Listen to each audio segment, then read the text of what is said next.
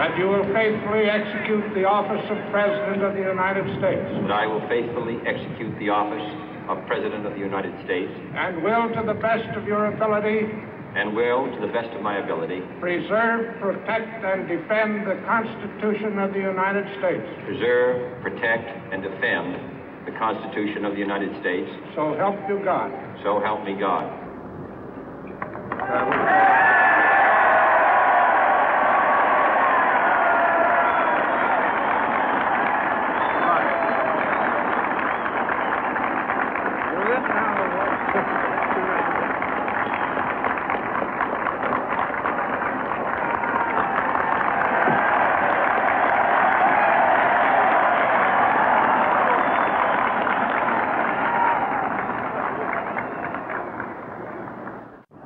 Vice President Johnson, Mr. Speaker, Mr. Chief Justice, President Eisenhower, Vice President Nixon, President Truman, Reverend clergy, fellow citizens.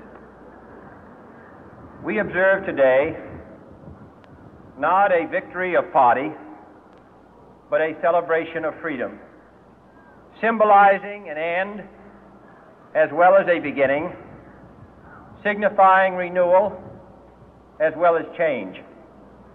For I have sworn before you and Almighty God the same solemn oath our forebears prescribed nearly a century and 3/4 ago.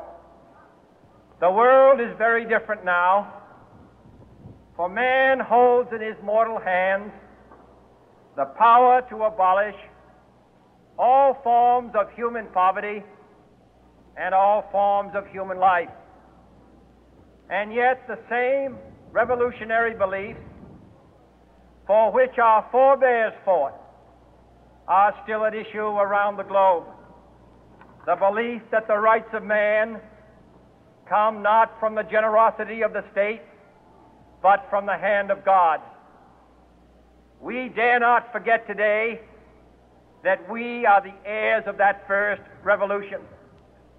Let the word go forth from this time and place to friend and foe alike that the torch has been passed to a new generation of Americans born in this century, tempered by war, disciplined by a hard and bitter peace, proud of our ancient heritage, and unwilling to witness or permit the slow undoing of those human rights to which this nation has always been committed and to which we are committed today at home and around the world.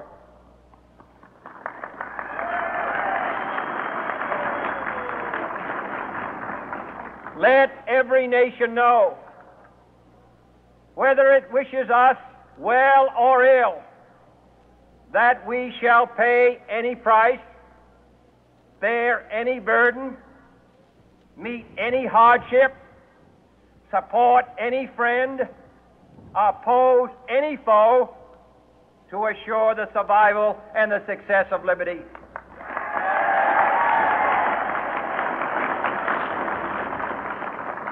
This much we pledge and more. To those old allies whose cultural and spiritual origins we share, we pledge the loyalty of faithful friends. United, there is little we cannot do in a host of cooperative ventures. Divided, there is little we can do, for we dare not meet a powerful challenge at odds and split asunder. To those new states whom we welcome to the ranks of the free, we pledge our word that one form of colonial control shall not have passed away merely to be replaced by a far more iron tyranny. We shall not always expect to find them supporting our view, but we shall always hope to find them strongly supporting their own freedom, and to remember that in the past, those who foolishly sought power by riding the back of the tiger ended up inside.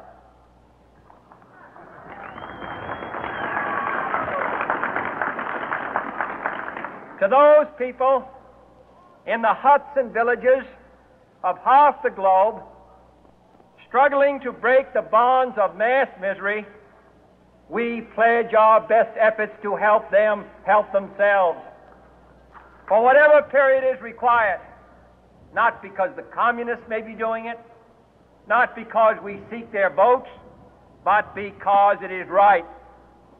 If a free society cannot help the many who are poor, it cannot save the few who are rich.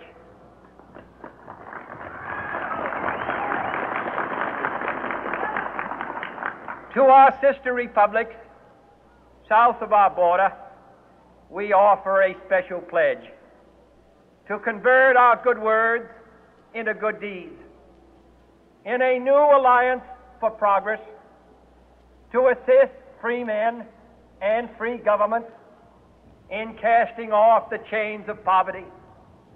But this peaceful revolution of hope cannot become the prey of hostile powers.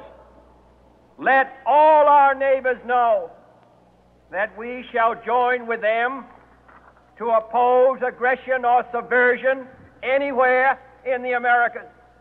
And let every other power know that this hemisphere intends to remain the master of its own house.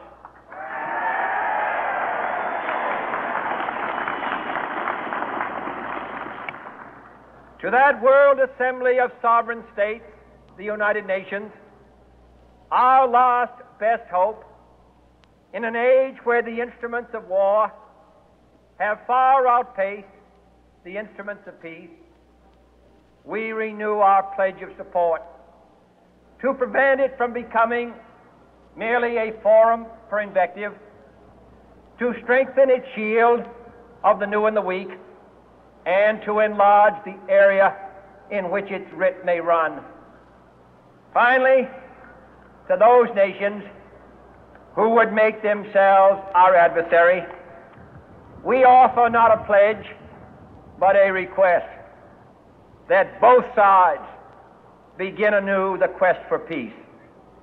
Before the dark powers of destruction, unleashed by science, engulf all humanity in planned or accidental self-destruction, we dare not tempt them with weakness, for only when our arms are sufficient beyond doubt can we be certain beyond doubt that they will never be employed.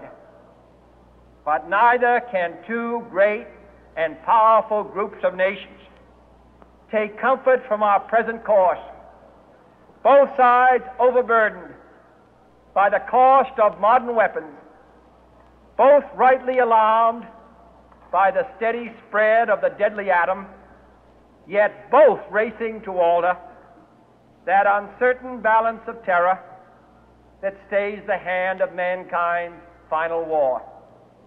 So let us begin anew, remembering on both sides that civility is not a sign of weakness, and sincerity is always subject to proof. Let us never negotiate out of fear, but let us never fear to negotiate.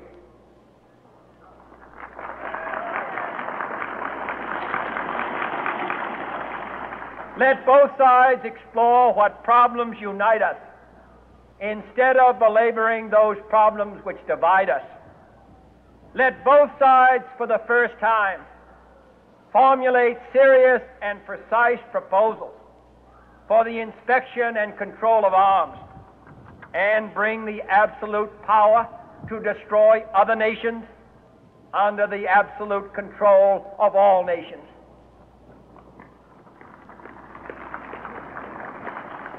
Let both sides seek to invoke the wonders of science instead of its terrors. Together, let us explore the stars, conquer the deserts, eradicate disease, tap the ocean depths, and encourage the arts and commerce. Let both sides unite to heed in all corners of the earth the command of Isaiah to undo the heavy burden and let the oppressed go free. And if a beachhead of cooperation may push back the jungle of suspicion, let both sides join in creating a new endeavor, not a new balance of power, but a new world of law, where the strong are just and the weak secure and the peace preserved. All this will not be finished in the first 100 days, nor will it be finished in the first 1,000 days, nor in the life of this administration, nor even perhaps in our lifetime on this planet. But let us begin.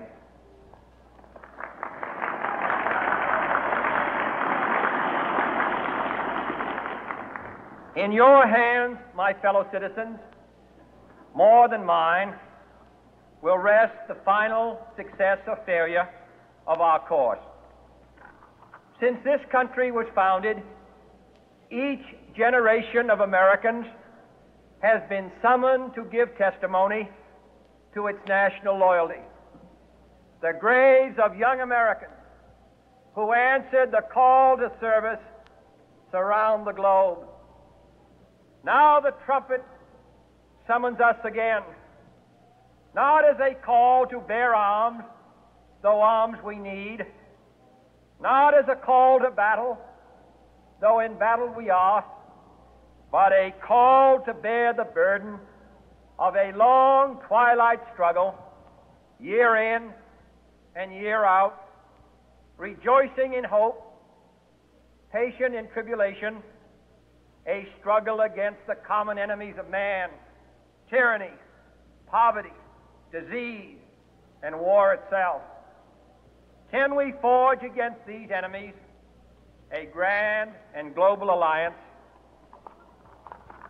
north and south, east and west, that can assure a more fruitful life for all mankind? Will you join in that historic effort?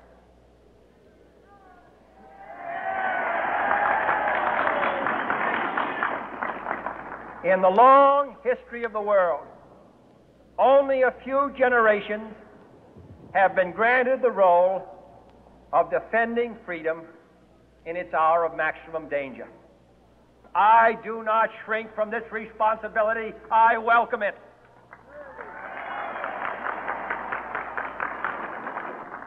I do not believe that any of us would exchange places with any other people or any other generation.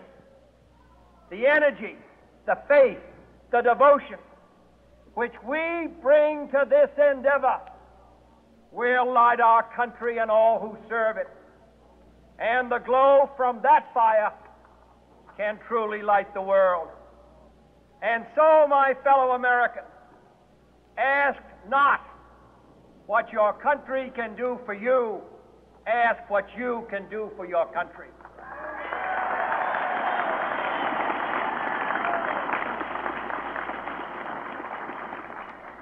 My fellow citizens of the world, ask not what America will do for you, but what together we can do for the freedom of man.